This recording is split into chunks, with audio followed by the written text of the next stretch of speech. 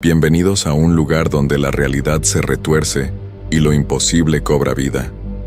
Lo que estás a punto de escuchar ha marcado a quienes se atrevieron a escuchar. Así que suscríbete, deja tu like y cuéntanos en los comentarios desde donde nos escuchas. Ahora sí, apaga las luces, sube el volumen y prepárate. Antes de contarles esta historia, quiero que sepan que todo lo que van a escuchar es completamente real. Me lo contó mi primo Roberto hace unos años, cuando ya no podía guardar más el secreto. Él trabajó como velador durante casi 10 años en diferentes lugares, pero hay una experiencia que nunca pudo olvidar y que lo marcó para siempre. Roberto me pidió que nunca dijera su nombre completo ni el lugar exacto donde pasó esto, pero siento que debo compartir su historia, porque hay cosas que uno no debe enfrentar solo. Me llamo Roberto Martínez Herrera y soy de Guadalajara, Jalisco. Toda mi vida he trabajado en empleos nocturnos porque me pagan mejor y porque, honestamente, siempre me gustó la tranquilidad de la noche. Durante años fui velador en diferentes lugares, fábricas, oficinas, centros comerciales. Pensaba que ya había visto de todo hasta que conseguí trabajo en una empresa constructora que tenía varios terrenos y bodegas por toda la ciudad. El trabajo parecía sencillo. Tenía que hacer rondas cada 2 horas, por 5 propiedades diferentes, durante la noche. Me dieron una camioneta vieja pero que funcionaba bien, una linterna potente, un radio para comunicarme con la central y una lista con los horarios exactos de cada recorrido. El sueldo era mejor que en otros lugares porque tenía que manejar de un lado a otro toda la noche. Pero a mí no me importaba. Llevaba años sin dormir bien de día de todas formas. La primera semana todo fue normal. Las propiedades estaban en diferentes colonias. 2 bodegas industriales, un terreno baldío grande donde guardaban maquinaria pesada, una oficina pequeña en el centro y una casa vieja que la empresa había comprado para demoler después. Mi rutina era siempre la misma. Empezaba a las 10 de la noche en la primera bodega, revisaba que todo estuviera en orden, marcaba la hora en mi reporte y seguía con la siguiente. Completaba toda la ronda en unas 3 horas. Luego regresaba a empezar de nuevo. Los primeros días me acompañó don Esteban, el velador que había estado haciendo ese trabajo durante 2 años. Era un señor mayor muy callado, que solo me explicaba lo básico: dónde estaban las llaves, cómo abrir las puertas, qué tenía que revisar en cada lugar. Pero noté algo raro en él. Cada vez que llegábamos a la casa vieja, la que estaba programada para demoler, don Esteban se ponía nervioso. Nunca entraba, solo daba una vuelta rápida por afuera. Marcaba en el reporte y me decía que nos fuéramos rápido. La casa estaba en una colonia que antes había sido muy buena, pero que con los años se había vuelto más peligrosa. Era una construcción de 2 pisos, con un jardín grande al frente, que ya estaba completamente descuidado. Las ventanas tenían tablas clavadas desde afuera y la puerta principal tenía 3 candados diferentes. Don Esteban me explicó que antes había sido una casa familiar, pero que llevaba años abandonada antes de que la empresa la comprara. El 4.º día, le pregunté a don Esteban por qué nunca revisábamos adentro de esa casa como hacíamos en las otras propiedades. Se quedó callado un momento. Luego me miró serio y me dijo: «Mira, Roberto, yo llevo 2 años haciendo esto y nunca he tenido problemas. Mi consejo es que hagas lo mismo que yo. Revisa rápido por afuera y ya. La empresa nunca pregunta detalles de esa propiedad específicamente, así que no hay necesidad de complicarse la vida». Esa respuesta no me convenció para nada. Soy una persona que le gusta hacer bien su trabajo, y si me estaban pagando para cuidar 5 propiedades, tenía que cuidar las 5 como se debía. Además, pensé que tal vez don Esteban ya estaba muy grande para estar entrando a casas abandonadas en la madrugada. Pero yo era más joven y no le tenía miedo a nada. El viernes fue el último día que don Esteban me acompañó. Al despedirse me volvió a repetir lo mismo sobre la casa vieja, pero esta vez agregó algo que me puso a pensar: «Roberto, si alguna vez sientes que algo no está bien en ese lugar, no trates de ser valiente. Hay trabajos que no valen la pena ningún sueldo». En ese momento pensé que el señor ya estaba muy asustadizo por la edad, pero sus palabras se me quedaron grabadas. El lunes empecé a trabajar solo.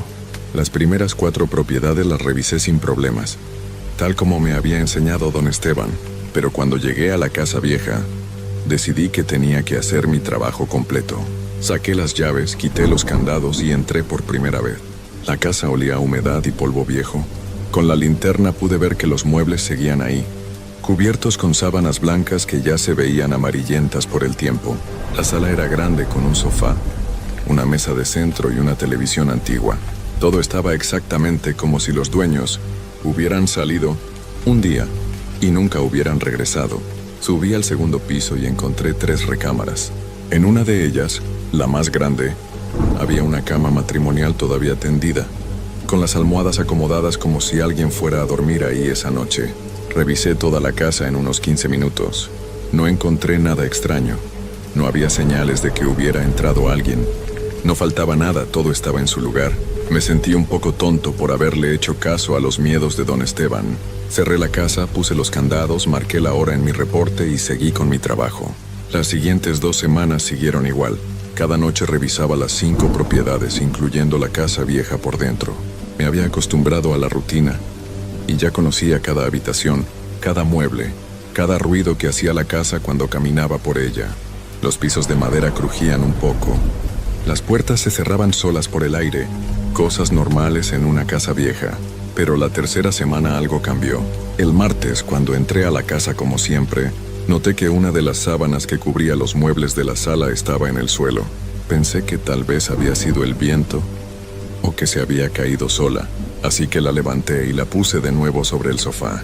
Al día siguiente, la misma sábana estaba otra vez en el suelo, pero esta vez estaba doblada muy ordenadamente, como si alguien la hubiera puesto ahí con cuidado. Eso ya me pareció muy raro. Revisé todas las ventanas y puertas para ver si alguien había entrado, pero todo seguía cerrado igual que siempre. Los candados de afuera no tenían señales de que los hubieran forzado. Decidí no mover la sábana esta vez, para ver si al día siguiente seguía en la misma posición. El jueves la sábana ya no estaba en el suelo, estaba colgada en la baranda de las escaleras, como si alguien la hubiera puesto ahí para que se secara. Eso ya no podía ser coincidencia, ni viento, ni nada natural. Alguien había estado entrando a esa casa, pero no podía entender cómo. Esa noche decidí quedarme más tiempo en la casa para ver si escuchaba algo. Me senté en la sala con la linterna apagada, tratando de acostumbrar mis ojos a la oscuridad. La casa estaba completamente silenciosa. Pasaron como 20 minutos y no escuché nada extraño. Pero cuando me levanté para irme, escuché muy claramente el sonido de pasos en el piso de arriba. Se me puso la piel chinita inmediatamente. Los pasos eran lentos y pesados, como de alguien que caminaba con cuidado tratando de no hacer ruido. Escuché cómo se movían de una habitación a otra, y luego todo quedó en silencio otra vez.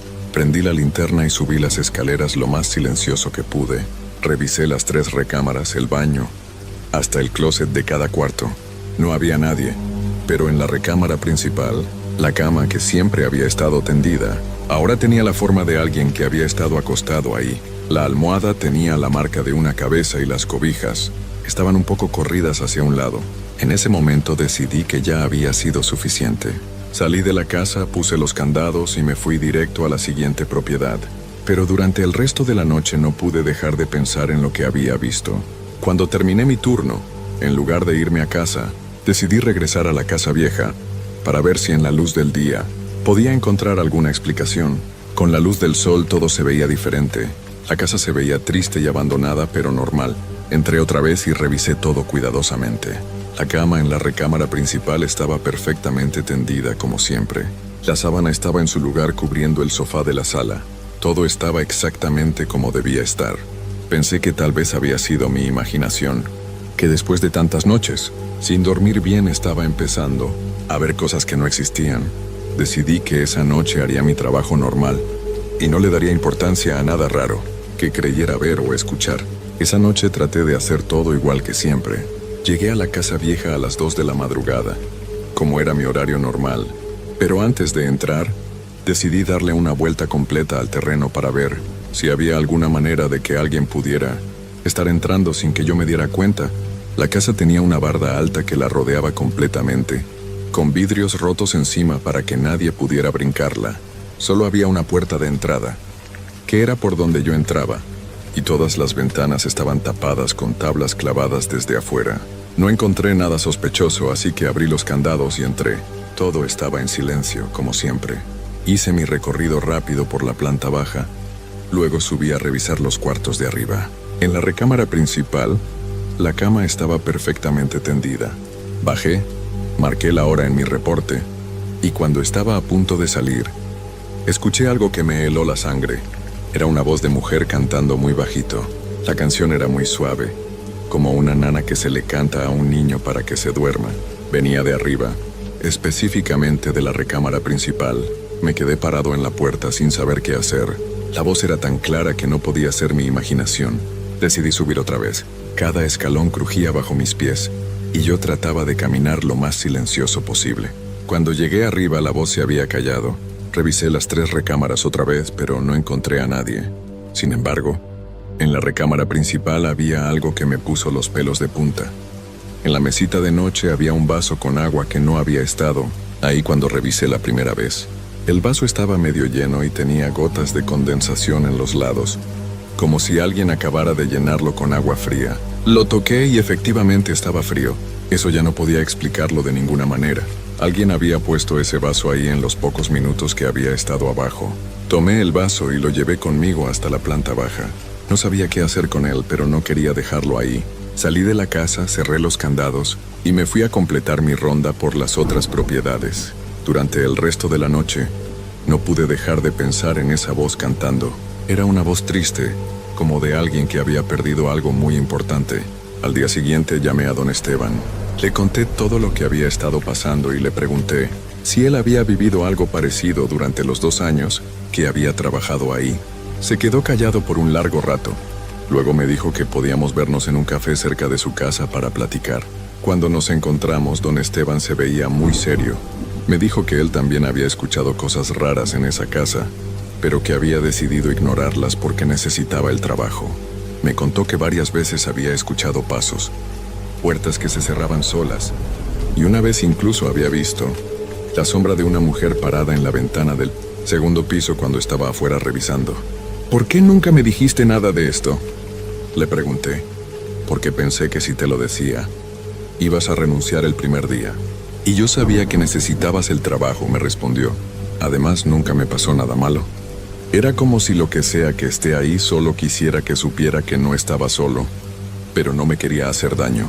Don Esteban me sugirió que investigara un poco sobre la historia de la casa.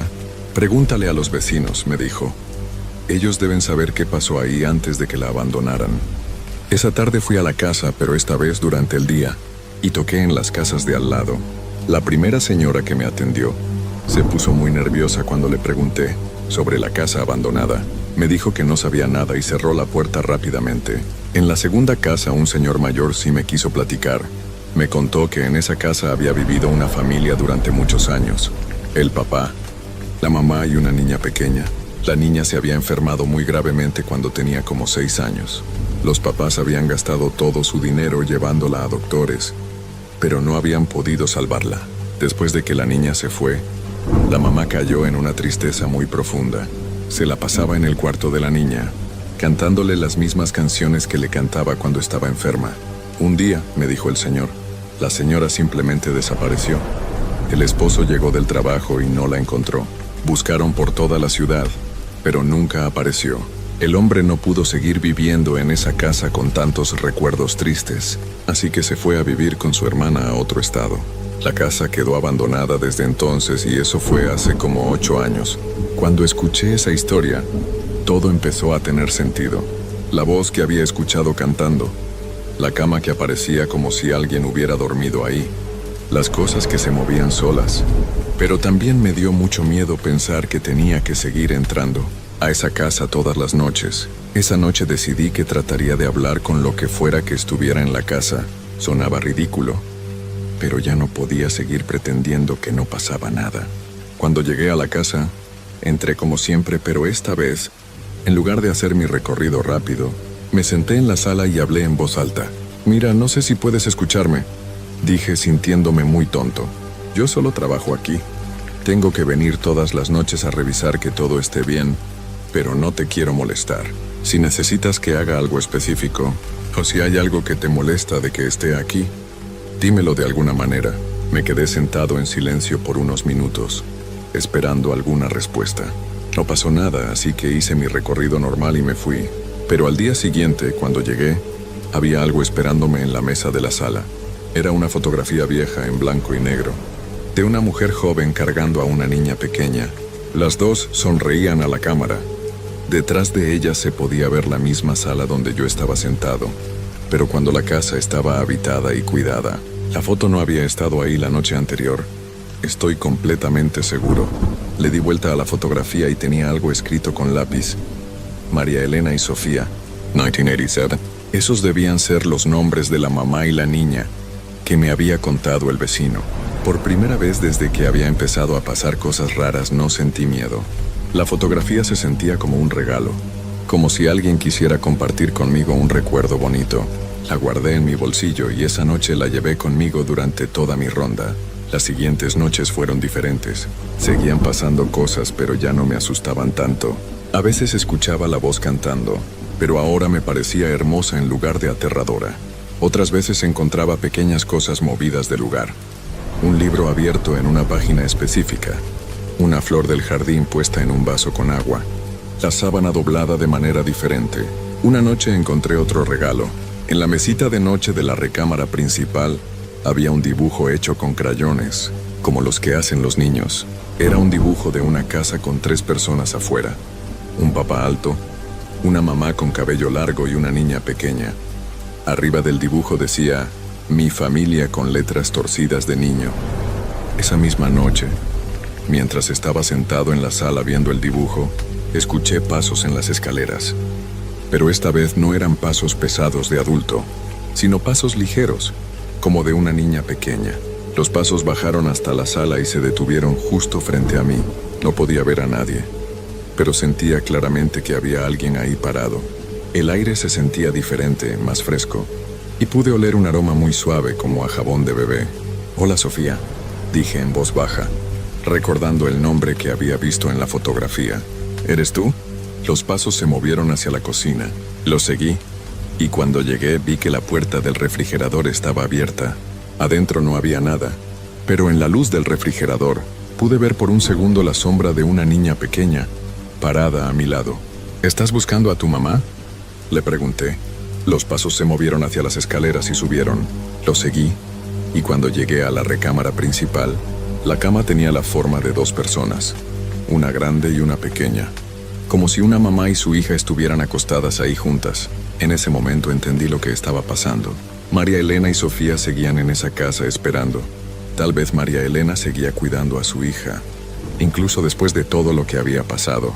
Y tal vez Sofía seguía siendo una niña que necesitaba a su mamá para sentirse segura. Ya no tenía miedo, pero sí tenía una tristeza muy grande en el pecho.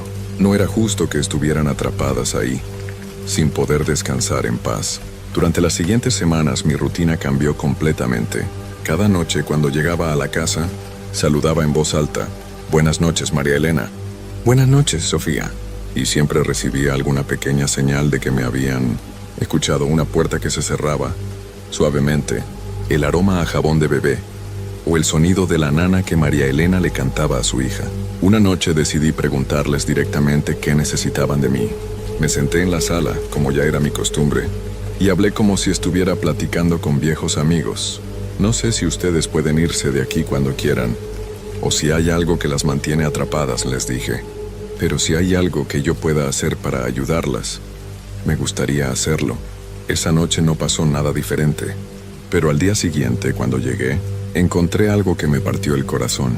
En la mesa de la sala había varios objetos, puestos en fila: la fotografía de María, Elena y Sofía, el dibujo de la familia, un pequeño peluche de un conejo que no había visto antes, y una carta escrita a mano con letra muy bonita.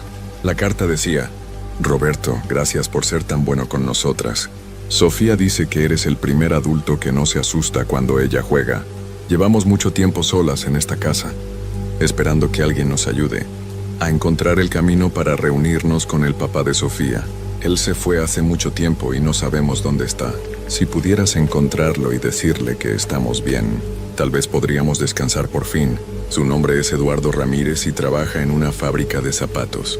María Elena, leer esa carta me hizo llorar. Me quedé ahí sentado, en esa sala abandonada, llorando por una familia que había sido separada por circunstancias tan tristes. Decidí que tenía que encontrar a Eduardo Ramírez, costara lo que costara. Al día siguiente empecé mi búsqueda. Fui a todas las fábricas de zapatos que pude encontrar en la ciudad, preguntando por Eduardo Ramírez. En la quinta fábrica que visité, un supervisor me dijo que sí había trabajado ahí un señor con ese nombre, pero que se había ido hacía como 3 años. Le habían dado una carta de recomendación para una fábrica en Monterrey, donde tenía familia. Conseguí el teléfono de la fábrica en Monterrey y llamé. Después de explicar mi situación de manera muy cuidadosa para no sonar como un loco, me pasaron con Eduardo Ramírez. Cuando escuché su voz, se me hizo un nudo en la garganta. Señor Ramírez, le dije, yo sé que esto va a sonar muy extraño, pero necesito hablar con usted sobre su casa en Guadalajara, sobre María Elena y Sofía. Se quedó callado por un momento muy largo. Luego escuché que empezó a llorar del otro lado del teléfono. ¿Cómo sabe usted esos nombres?, me preguntó con voz quebrada. ¿Quién es usted? Le conté toda la historia, desde el principio. Le dije cómo había conseguido el trabajo, todo lo que había pasado en la casa, la fotografía, el dibujo, la carta. Al principio pensé que me iba a colgar, que iba a pensar que estaba loco, pero me escuchó con mucha atención. Cuando terminé de contarle todo, Eduardo se quedó callado por varios minutos. Luego me dijo algo que nunca voy a olvidar. Roberto, yo he soñado con ellas todas las noches durante estos 8 años. En mis sueños, María Elena me dice que está cuidando a Sofía, que están esperando a que yo regrese. Pero yo nunca pude regresar a esa casa porque me duele demasiado. Pensé que solo eran sueños. Pero ahora que usted me cuenta esto, creo que tal vez ellas sí están tratando de comunicarse conmigo. Le pregunté si podía venir a Guadalajara. Me dijo que tenía miedo, pero que sabía que tenía que hacerlo. Quedamos de vernos el fin de semana siguiente. Esa noche, cuando llegué a la casa, les conté a María Elena y Sofía que había encontrado a Eduardo y que iba a venir a verlas. Por primera vez desde que había empezado todo esto, la casa se sintió diferente. Había una sensación de esperanza en el aire, como si después de mucho tiempo las cosas finalmente fueran a estar bien. El sábado por la noche, Eduardo llegó a la casa. Era un hombre de unos 50 años, delgado, con el cabello ya canoso. Se veía muy nervioso, pero decidido. Cuando vio la casa desde afuera, se puso a llorar otra vez. No he estado aquí desde el día que me fui, me dijo. No sabía si iba a poder soportarlo. Entramos juntos. Eduardo conocía cada rincón de esa casa. Me iba contando recuerdos de cada habitación. Aquí Sofía jugaba con sus muñecas. En esta silla María Elena se sentaba a coser. En esta mesa desayunábamos los domingos. Cuando llegamos a la recámara principal, Eduardo se quebró completamente. Se sentó en la cama y lloró como no creo haber visto llorar a un adulto en mi vida. María Elena, mi amor, perdóname por haberme ido, dijo entre sollozos. Perdóname por no haber podido cuidarte cuando más me necesitabas. Sofía, mi niña preciosa, papá está aquí. Papá nunca las olvidó. En ese momento la habitación se llenó de un aroma hermoso, como a flores frescas. La temperatura bajó un poco, pero no de manera incómoda, sino como cuando una brisa suave entra por la ventana en una tarde calurosa. Eduardo dejó de llorar y levantó la cabeza. ¿La sienten?, me preguntó. Están aquí, ¿verdad? Asentí con la cabeza.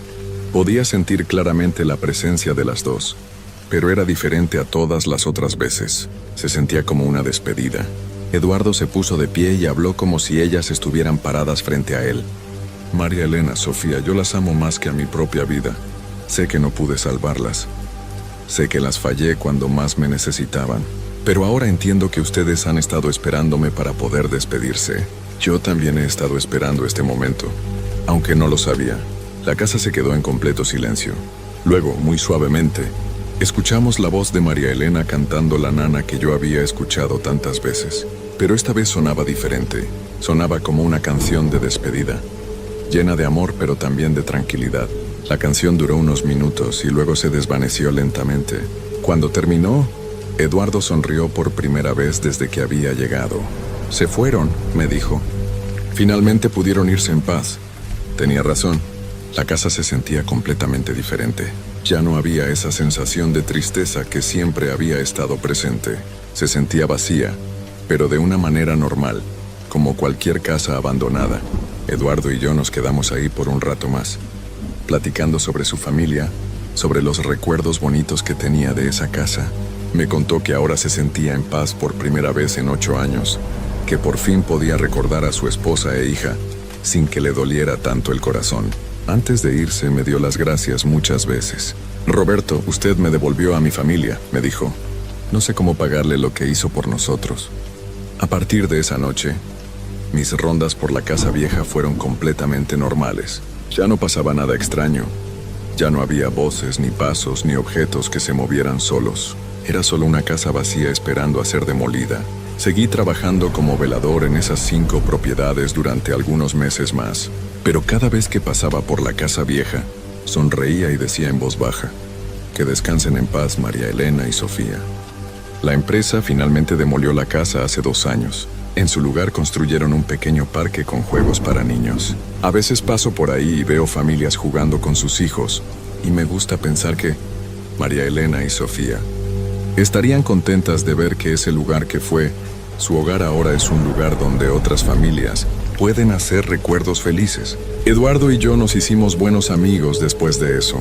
Él regresó a vivir a Guadalajara y ahora trabaja en una fábrica aquí en la ciudad. Dice que por las noches duerme tranquilo, que ya no tiene pesadillas y que a veces sueña con su familia, pero ahora son sueños bonitos donde están todos juntos y felices. Yo ya no trabajo como velador. Después de esa experiencia, decidí que quería un trabajo de día, rodeado de gente viva. Ahora trabajo en una tienda de materiales para construcción y aunque gano menos dinero, duermo mejor por las noches. Hay mucha gente que no me cree cuando les cuento esta historia.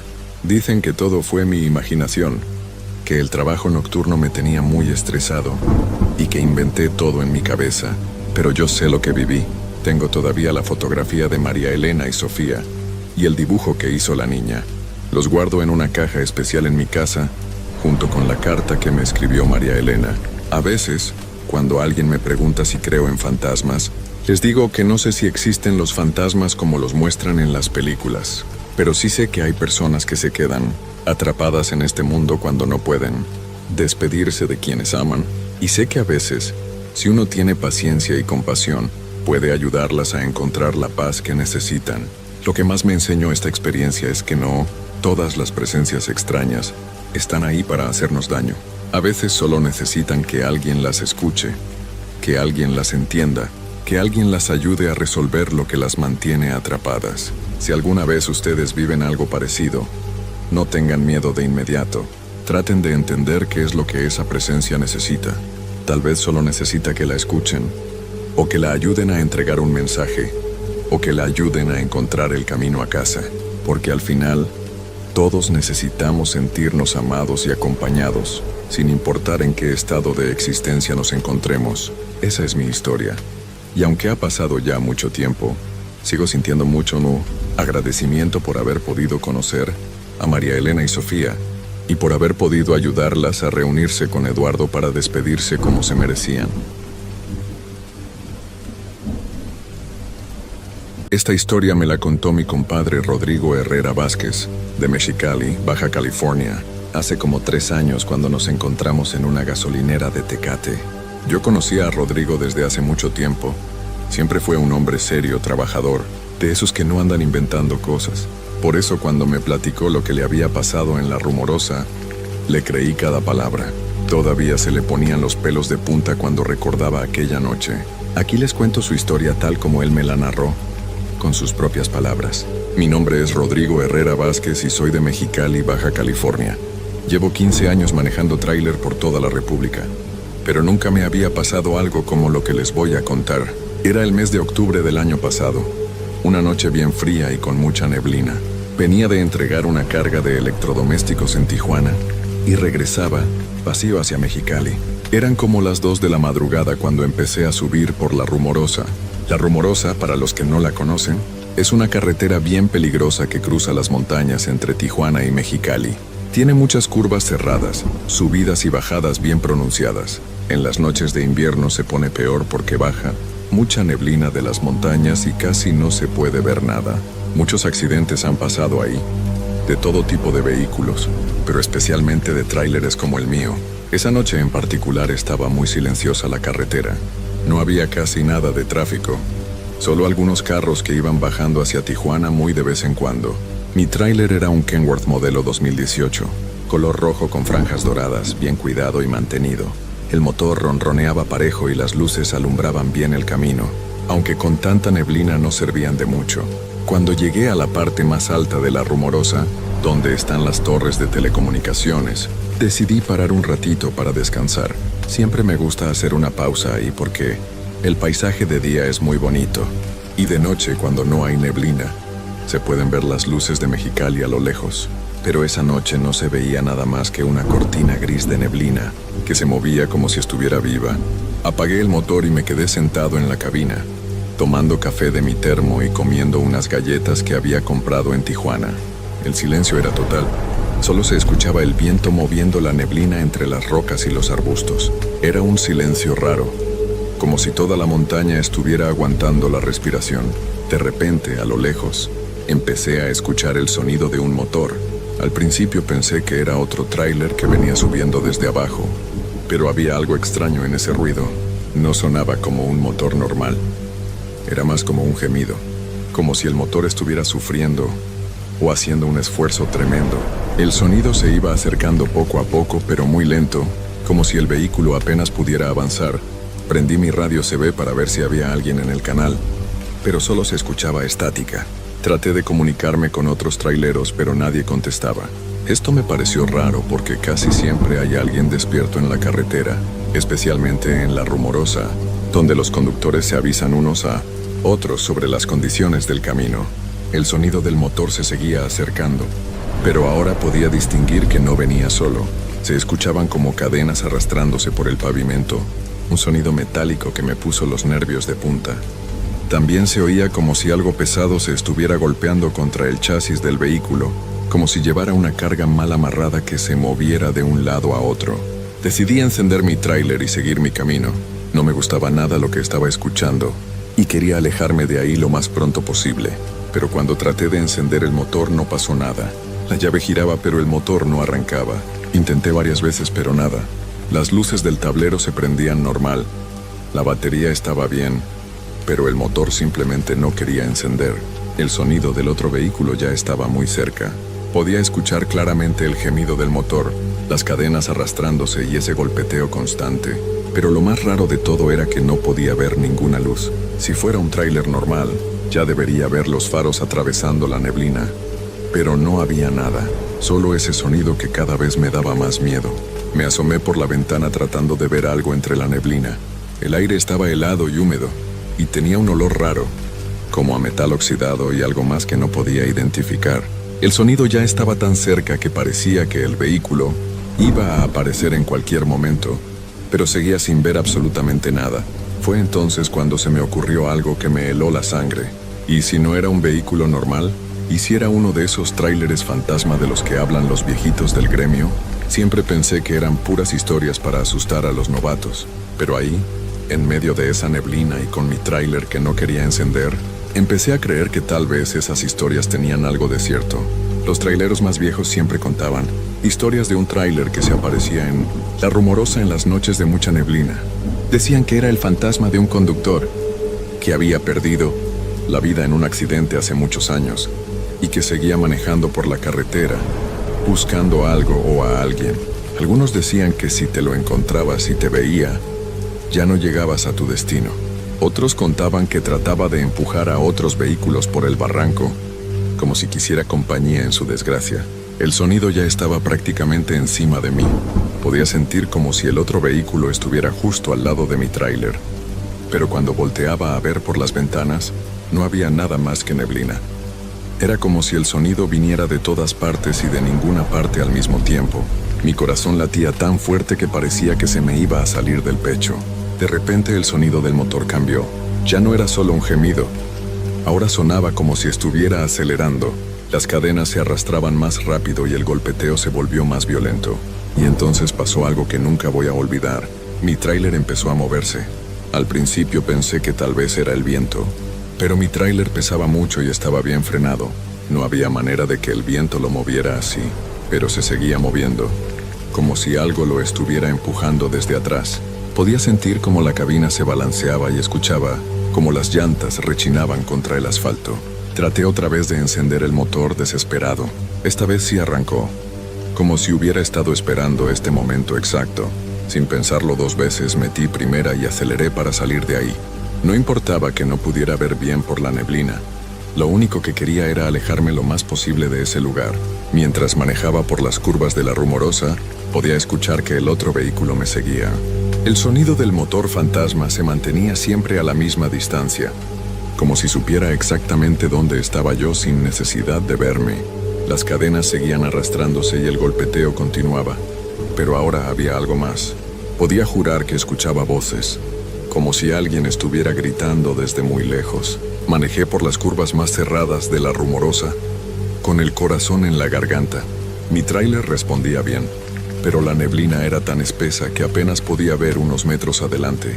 Tenía que ir despacio para no salirme del camino, pero al mismo tiempo quería acelerar para alejarme de lo que fuera que me estuviera siguiendo. Era una sensación desesperante, como estar atrapado en una pesadilla de la que no puedes despertar. El sonido del motor fantasma se mantenía ahí, siempre presente, como una sombra que no se puede quitar. A veces parecía que se alejaba un poco y yo pensaba que ya me había librado, pero después regresaba más fuerte que antes. Las voces que escuchaba se volvían más claras conforme avanzaba. No podía entender las palabras, pero sonaban como súplicas, como si alguien estuviera pidiendo auxilio.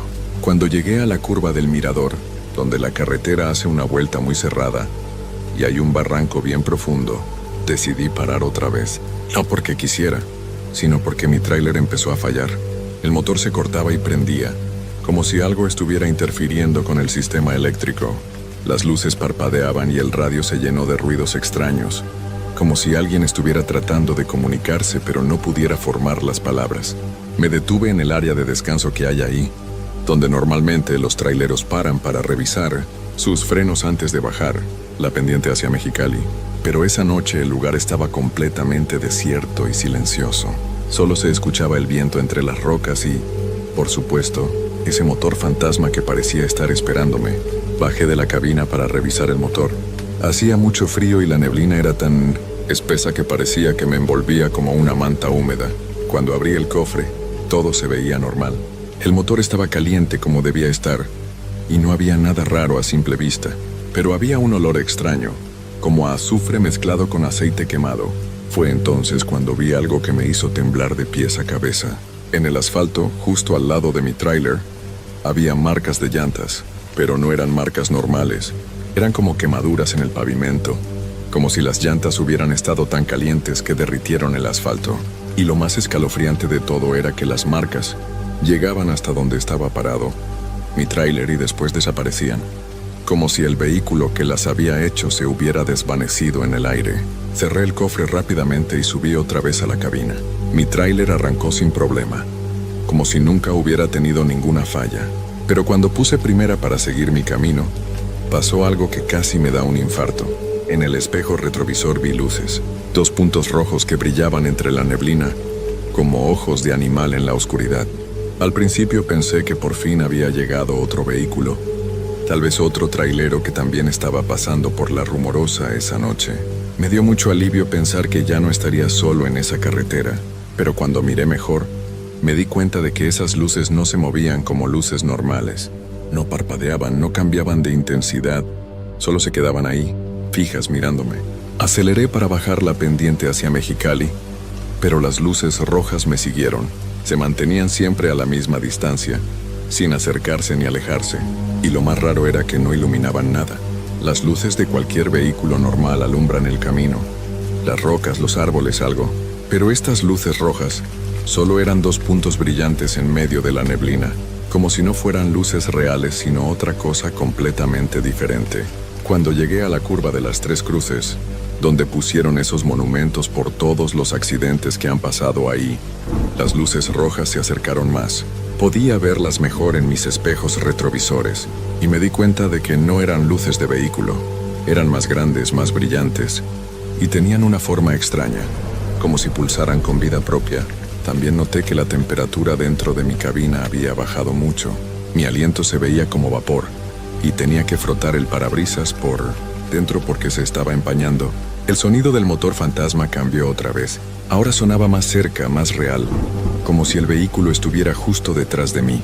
Podía escuchar claramente el rugido del motor, pero era un rugido raro, como si el motor estuviera dañado o hubiera estado funcionando durante muchos años sin mantenimiento. También escuchaba un sonido nuevo, como si algo pesado se estuviera arrastrando detrás del vehículo. Traté de acelerar más, pero mi tráiler no respondía como debía. Era como si algo invisible estuviera jalándolo hacia atrás, manteniéndome a una velocidad constante sin importar cuánto pisara el acelerador. El volante se sentía pesado y difícil de mover, y las llantas rechinaban en las curvas como si estuvieran perdiendo tracción.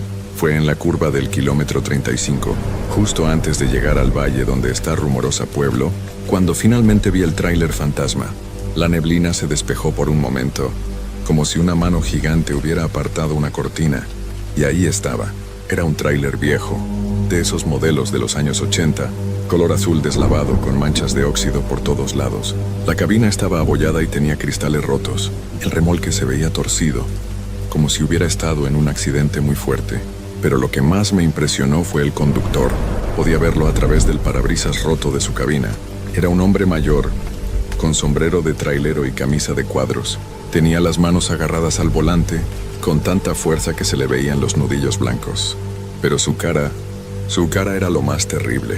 Estaba pálida como papel, con los ojos muy abiertos y una expresión de terror puro, como si hubiera visto algo tan espantoso que se había quedado congelado para siempre en ese momento. El tráiler fantasma se mantuvo al lado del mío por varios segundos que se sintieron como horas.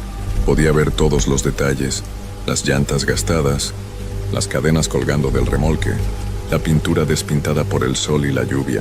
Incluso podía leer parte de la matrícula, aunque algunos números estaban borrosos. El conductor volteó a verme, y cuando nuestros ojos se encontraron, sentí como si una corriente eléctrica me atravesara todo el cuerpo. Sus ojos no eran normales, eran completamente blancos, sin pupilas, como si estuviera ciego, pero sabía que me estaba viendo, que me había estado siguiendo toda la noche. Movió los labios como si tratara de decirme algo, pero no salía ningún sonido de su boca. Solo movía los labios una y otra vez con desesperación, como si tuviera un mensaje muy importante que darme, pero no pudiera hacerlo.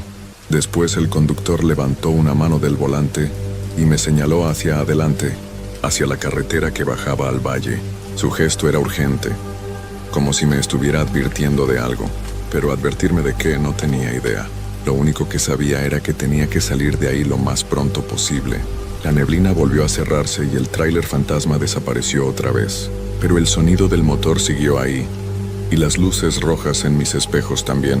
Era como si me hubiera mostrado su verdadera forma por un momento, pero después hubiera vuelto a esconderse en la neblina, esperando el momento perfecto para aparecer otra vez. Bajé la pendiente hacia el valle tan rápido como me atreví.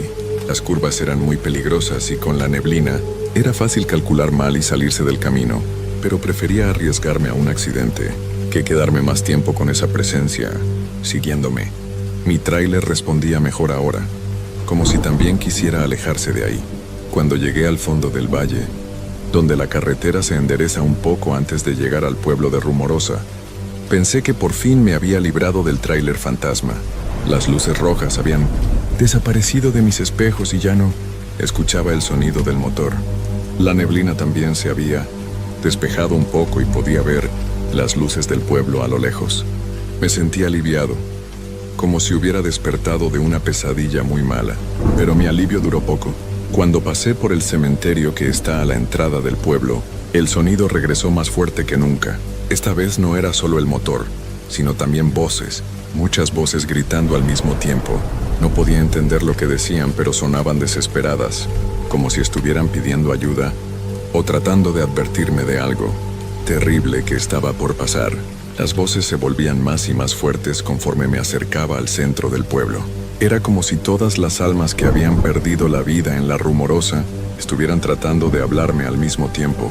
Algunas sonaban como hombres, otras como mujeres, e incluso escuchaba voces de niños, todas desesperadas, todas con miedo, todas tratando de decirme algo que yo no podía entender. Decidí parar en la gasolinera del pueblo. Para cargar combustible y tomarme un café bien caliente, necesitaba estar con otras personas, escuchar voces normales, sentir que no estaba solo en el mundo. Cuando llegué, había otros 2 tráileres estacionados ahí, y eso me tranquilizó mucho. Los conductores estaban adentro de la tienda, platicando con el despachador, pero cuando bajé de mi cabina, me di cuenta de que algo todavía andaba mal. El aire seguía oliendo raro, a metal oxidado y a algo más que no podía identificar. También hacía mucho más frío de lo normal para esa época del año. Mi aliento se veía como vapor y tenía que frotar las manos para mantenerlas calientes. Entré a la tienda y saludé a los otros traileros. Eran 2 hombres mayores que conocía de vista, veteranos del camino como yo. Pero cuando traté de platicarles lo que me había pasado en la Rumorosa, me miraron con cara rara, como si no me entendieran. Uno de ellos me dijo que él había bajado por la Rumorosa hacía apenas 1 hora y que no había visto ningún otro tráiler en todo el camino. Esto me confundió mucho. Si él había pasado por ahí tan recientemente, ¿cómo era posible que no hubiera visto al tráiler fantasma o escuchado los sonidos extraños? Le pregunté si había notado algo raro. Neblina muy espesa, sonidos raros, cualquier cosa. Pero me dijo que no, que el camino había estado normal, con poca neblina y sin problemas. Compré mi café y unos tacos, pero no tenía hambre. Solo quería seguir mi camino hacia Mexicali y llegar a casa lo más pronto posible. Cuando salí de la tienda, los otros traileros salieron conmigo. Nos despedimos y cada quien se subió a su vehículo. Yo arranqué mi tráiler y salí de la gasolinera, pero noté algo extraño en mi espejo retrovisor. Los otros 2 tráileres seguían estacionados en la gasolinera. Sus motores estaban apagados y no había nadie en las cabinas. Pero hacía apenas unos segundos había visto a los conductores subirse a sus vehículos. Frené y me quedé viendo por el espejo, tratando de entender qué estaba pasando. Las cabinas estaban vacías, completamente vacías, como si nunca hubiera habido nadie ahí. Regresé a la gasolinera para preguntar qué había pasado con los otros traileros, pero cuando entré a la tienda, el despachador me miró con confusión. Me dijo que yo había sido el único cliente en toda la noche, que no había llegado ningún otro tráiler desde hacía varias horas. Cuando le describí a los 2 hombres con los que había estado platicando, negó con la cabeza y me dijo que definitivamente no había visto a nadie así. Esto me puso muy nervioso. Sabía que había estado platicando con esos 2 traileros. Recordaba perfectamente sus caras, sus voces, la conversación que habíamos tenido. Pero según el despachador, yo había estado solo todo el tiempo, hablando conmigo mismo en una esquina de la tienda. Salí corriendo de ahí y me subí a mi tráiler. Quería llegar a Mexicali lo más pronto posible y olvidarme de toda esa pesadilla. Pero cuando arranqué el motor escuché otra vez las voces. Esta vez eran más claras y por fin pude entender algunas palabras. Decían cosas como cuidado, no sigas, regresa, peligro adelante. Manejé por la carretera que va de Rumorosa a Mexicali, tratando de ignorar las voces. Pero conforme me acercaba a la ciudad, se volvían más urgentes, más desesperadas. Era como si supieran algo que yo no sabía, como si trataran de advertirme de un peligro que me esperaba más adelante. Cuando llegué a la curva donde la carretera baja hacia el Valle de Mexicali, vi algo que me heló la sangre. Había luces de emergencia por todas partes. Patrullas, ambulancias, carros de bomberos, grúas. Había sido un accidente muy fuerte. Podía ver pedazos de metal esparcidos por toda la carretera y manchas negras en el asfalto. Me acerqué despacio y un oficial de tránsito me hizo señas para que parara. Me dijo que la carretera estaba cerrada por un accidente grave que había pasado hacía apenas unos minutos. Un tráiler había perdido el control en esa curva y se había volcado. El conductor había perdido la vida en el acto. Cuando me describió el accidente, me di cuenta de algo terrible. El tráiler accidentado era exactamente igual al mío. Mismo modelo, mismo color, mismas características. Y cuando el oficial me describió al conductor que había perdido la vida, se estaba describiendo a mí. Mismo nombre, misma edad, mismo lugar de origen. Le enseñé mi identificación y mi licencia al oficial, pero él me miró con cara de confusión total. Me dijo que eso era imposible, que el conductor del tráiler accidentado tenía exactamente los mismos documentos, con los mismos datos, pero ese hombre estaba ahí en la carretera sin vida. Fue entonces cuando entendí lo que había pasado. El tráiler fantasma que me había estado siguiendo toda la noche no trataba de hacerme daño, trataba de advertirme de evitar que llegara a ese punto de la carretera donde estaba destinado a tener un accidente. Las voces que escuchaba eran de otras personas que habían perdido la vida en la Rumorosa, y todas trataban de salvarme del mismo destino. El conductor del tráiler fantasma, ese hombre de ojos blancos que me había señalado hacia adelante, me estaba mostrando mi futuro. Me estaba enseñando lo que iba a pasar si seguía por ese camino. Por eso se veía tan desesperado.